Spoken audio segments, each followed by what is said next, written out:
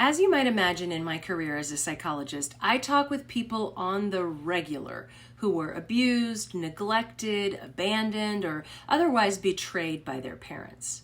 Whether we like to admit it or not, our upbringing has a significant impact on our present-day living and functioning. This can be good, bad, or some combination thereof. And it may not be something we're consciously aware of, but trust me when I tell you that it's there. I've also seen countless people who, though they vowed to be the exact opposite, in many ways become the parent they swore they'd never be like. I want to take a minute to highlight the research on that topic in particular to convey a little bit of hope to those who were abused and maybe are worried that they're going to follow in the footsteps of their abusive parents. While it is a common concern that individuals who were abused as children will become abusive parents themselves, the reality is actually more complex. Research suggests that while a history of childhood abuse is a significant risk factor for becoming an abusive parent, it does not mean it is an inevitable outcome. The truth is that approximately 30% of abused and neglected children will later abuse their own children. This indicates that the majority of individuals who experienced abuse in childhood do not go on to abuse their own children. Nonetheless, parental abuse and neglect are not uncommon in our world, unfortunately. In fact, the prolific nature of family of origin issues is the reason behind my particular mode of therapy, which involves a deep dive into family of origin, which means your upbringing, your childhood. Why? Well, I can tell you all the latest, greatest techniques and strategies for dealing with your anxiety, fighting depression, handling your personality disorder, etc., and that will help you get through your daily life to some degree. But my opinion is that we also have to move beyond this so-called Band-Aid and do the surgery, so to speak, to remove the source of the problem. Otherwise, it just keeps coming back. Same stuff, different day. Now, let me be clear. I'm not in the business of sitting around blaming our parents. That is a waste of time and puts us in a victim role. No, thank you. Life is too short and being helpless is not an option. What I am saying is that it's important to make connections to the past and then work to overcome the resulting behaviors that are blocking us from living our best life. I say it this way. It's very difficult to change your personal narrative if you don't even understand how it was written in the first place. Trust and believe. I'm in no way excusing abusive or neglectful behavior. You will never hear me do that.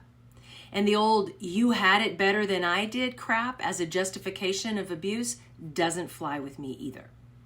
Rather, it's about coming to terms with your past, forgiving and freeing yourself from the pain, seeing what can be learned from the experience, and choosing to be stronger in the face of a traumatic past. So how do we do this?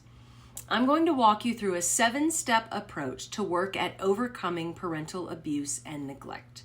First things first, we have to ensure that we are truly motivated to overcome.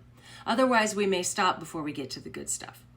One way to get motivated is to remind yourself that what you're doing isn't working and see the situation as an opportunity to try something new. You can also make a list of the pros and cons. What are the benefits and disadvantages of staying where I am versus doing something different? Listen, everything we do is done because we get something out of it. Everything. So if you're staying stuck in the past, it's serving you in some way. When the costs of staying in that place outweigh the benefits, that's the tipping point, the point at which you'll make the choice to change. And all of life is a choice. So if you're still struggling with motivation at this point, take an honest look inside to see what you get out of staying stuck where you are. You were made for more. You deserve better. It's time to get out of your own dang way and on with your life. Second, we look at a couple of realities. Our parents did the best they could with what they had available to them at the time in their own perception. Now, our perception may be vastly different, and I could tell you story after story that honestly leaves me wondering, what the hell were those parents thinking? But they operated from the place they were at. good or bad, with all of their imperfections and their own histories. If you believe they could have done better, you may be right. The reality, though, is that they didn't for whatever reason. Unless they're psychopaths, their intentions were likely not bad, evil, or malicious, though. Most people have good intentions, or at least not bad ones. As jacked up as it may seem to you in hindsight, they likely truly thought they were helping with the pressure they put on you, the fear they instilled in you, and the ways in which they pushed you to do better. I know it sounds strange, but you'd be amazed at the ways people rationalize or justify their behaviors. Next, we have to check our perspective. Okay, so there was some degree of yuck in the past. We won't deny that. And that may be putting it mildly in many cases, so I'm not intending to dismiss. But ask yourself what positive memories you have from childhood. Is there anything at all that you can see as a good thing, a fun experience, or a positive memory? It may or may not have even involved your parents. But this is about creating a balanced perspective of the past. Fourth, if applicable, we look at what we can take from the experience and use in our interactions with kids in our lives, whether ours or someone else's.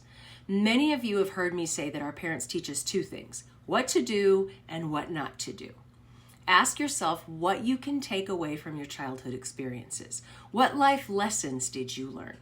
Maybe you've made a concerted effort to not say the things to your kids that your parents said to you. Maybe you didn't leave your kids with untrustworthy people.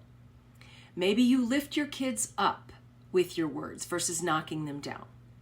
Maybe you emphasize the importance of family time and make efforts to make it happen, whether that's in the house or vacations, travel, time together as a family at a friend's house.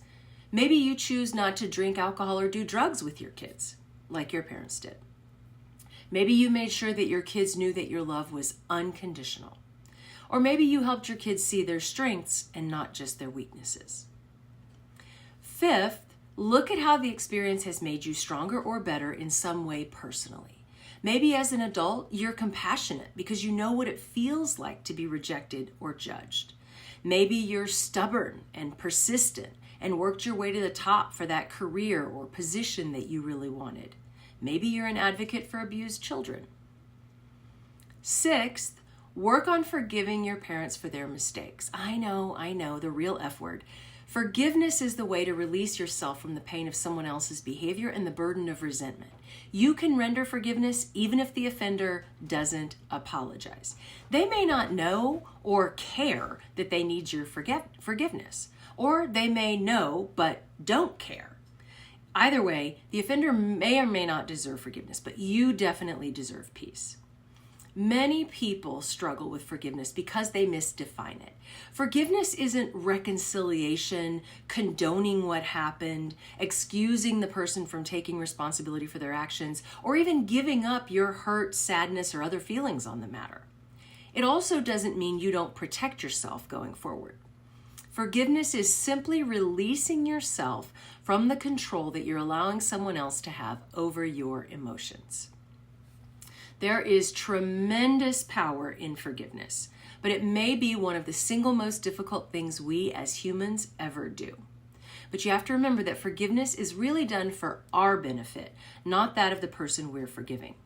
As Anne Lamott said, not forgiving is like drinking rat poison and then waiting for the rat to die. If you want a detailed roadmap for forgiving yourself or someone else, check out my relationship book, Fix Your Freaking Marriage, Practical Tips to Just Start Somewhere. It has an entire chapter on forgiveness of self and others. You can find it on Amazon.com or BarnesandNoble.com. Last but not least, clear the air. Unless it's physically dangerous to do so, talk to the person who hurt you and address the past issues or have a clearing with the person. Be prepared with a script so that you don't forget your points if you get derailed by emotions. Give them an opportunity to explain, apologize, or do nothing. There is a degree of risk here, but remember, what you've been doing isn't working for you. If the person is deceased, you can write them a letter. Presentation is everything. So this is the point at which you may wish to consult a professional to help you figure out how best to present the issues and prepare for various possible contingencies. If the person is demented, dead, or otherwise incapacitated, as I said, write a letter about how you feel. Getting the emotions out of you and onto paper can be incredibly healing in and of itself. Again, we're not excusing bad behavior with this approach to overcoming, but you have a choice regarding your past. Live in it or learn from it. Really, the choice is simple. Not easy, but simple. It comes down to this. Are you going to live in the place of pain you experienced back then and continue to allow the players to have emotional control over you? Or are you going to choose to learn from the experience and move past it? What you're doing isn't working. So how about trying something new? What do you have to lose?